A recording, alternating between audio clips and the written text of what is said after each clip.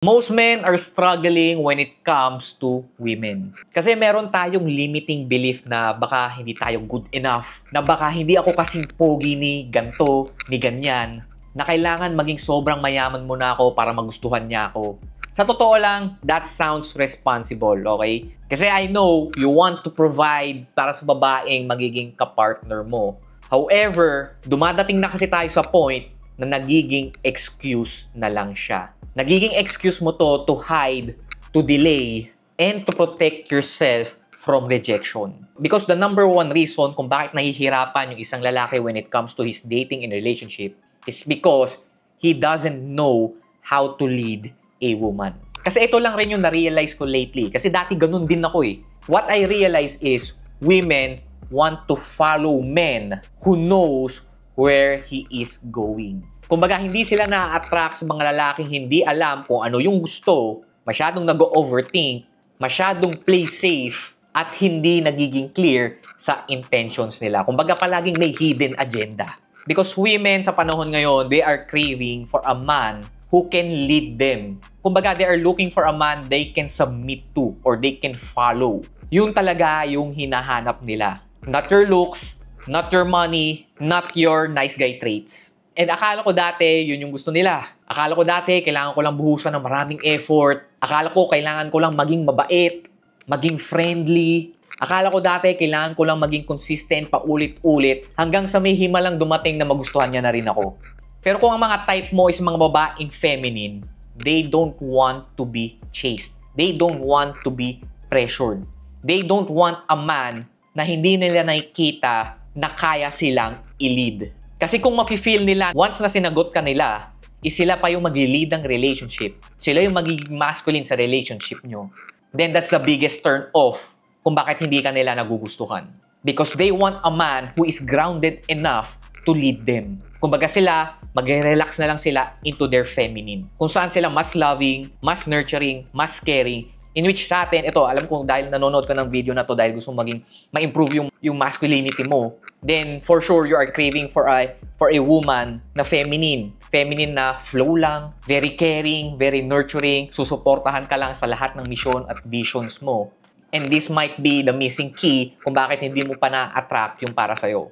Kasi here's what happens kapag hindi ka marunong mag-lead. Ikaw ang mag-a-adjust palagi. Kahit hindi mo gusto, para lang ma-please yung babae na gusto mo, is ikaw yung mag-a-adjust palagi. Wala kang boundaries, wala kang self-respect. Number 2, ikaw palagi yung naguguluhan o nag-overthink kung gusto ka ba talaga niya o hindi. Ikaw pa yung nag-overthink in which dapat siya. Ikaw kasi sure ka sa sarili mo. You're not being insecure. Hindi ka nag-overthink, hindi ka na-atake ng anxiety mo because you are sure and clear ka sa kanya. And lastly, if nauuwi ka pa rin sa friend zone, palagi kang nag-ghost kasi sa una pa lang, hindi naging clear yung intention mo sa kanya at hindi ka nakapag-set ng tone. And for sure, umabot ka na sa point na napagod ka na. Kasi ang totoo nito man, walang klaseng babae ang gusto pang i-guide yung lalaki. Pero once you learned how to lead her in the right way, everything will change when it comes to your dating life. Hindi ka na maghahabol, hindi ka na mag-overthink, hindi ka na mag-assume, hindi ka na mag-guess, hindi ka na mag-over-invest. Yung tipong ma-attach ka sa babae dahil sobrang dami mong invest kahit na hindi pa naman nagiging kayo or kahit hindi siya fully sold din sa'yo, hindi mo na kailangan pagdaanan yon. Kailangan mo lang malaman kung paano iparamdam sa kanya that you can lead her. So, paano ba? Ito, bibigyan ko kayo ng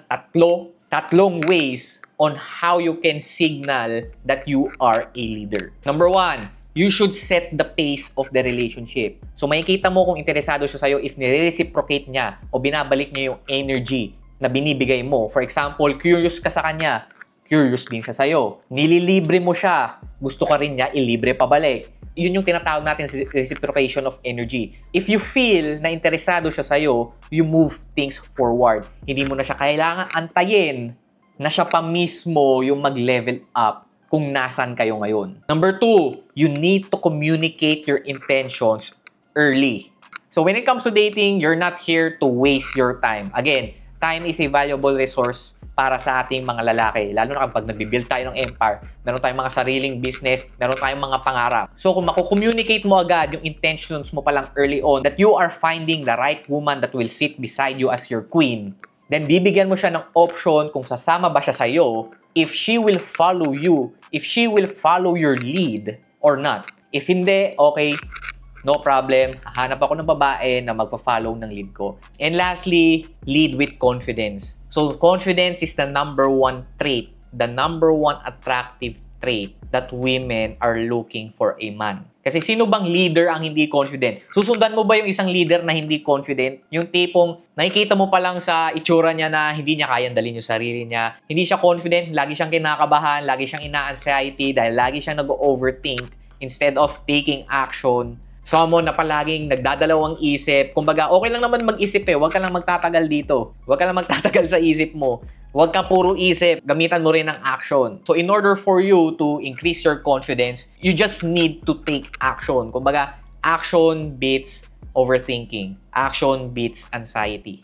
Pero ang key lang talaga dito is in order for you to be confident, you need to try new experiences. You need to try things. Kasi the moment you experience things, the moment na paulit-ulit mo ma-experience yung isang bagay, mag-grow yung confidence mo dito. So, huwag kang matakot ma-reject. Again, hindi ko sinasabing hindi ka ma-reject. You will experience a lot of rejection sa buhay mo. At ang pinakamababaw na rejection na makukuha mo is yung sa babae. You will face a lot of rejection in life na mas malakas yung impact pa sa'yo. So, I just want you to do is take action, experience things. Huwag kang matakot sa rejection because those are growth. Doon mag-grow yung confidence mo. The more you prove yourself na kaya mo, the more mag-grow yung confidence mo. Kasi ito lang naman yung simple truth when it comes to dating in relationships. When men lead, women will naturally follow. So this is not about controlling, this is not about manipulation. Kasi kung iisipin mo, you're just inviting her sa mundo mo. Nasa sa kanya na kung gusto niya ba sa mundo mo, gusto niya bang sumunod, papasok ng mundo mo or hindi. If hindi, hayaan natin siya. If oo, then check natin if compatible ba siya sa mundo natin. And that will create the greatest attraction while also building respect sa sarili mo at yung respeto niya para sa'yo. And that's the end of this video. Hopefully meron kayo natututunan. Alam ko sobrang dami kong sinabi dito sa video na to. Paulit-ulit ata yung naging punto ko. So, kung gusto mo pa ng maraming video about dating, relationship, to achieve your best masculine version, like and subscribe sa channel ko. Marami pa akong ilalabas na videos dyan. And if you need more help, meron akong programs dyan sa caption. Check nyo na lang. So, yun lang. Panoorin mo na lang tong video na to. Meron ako ditong in-upload. Sobrang dami ko ring gem na nilabas dito. So, yun lang. Let's go.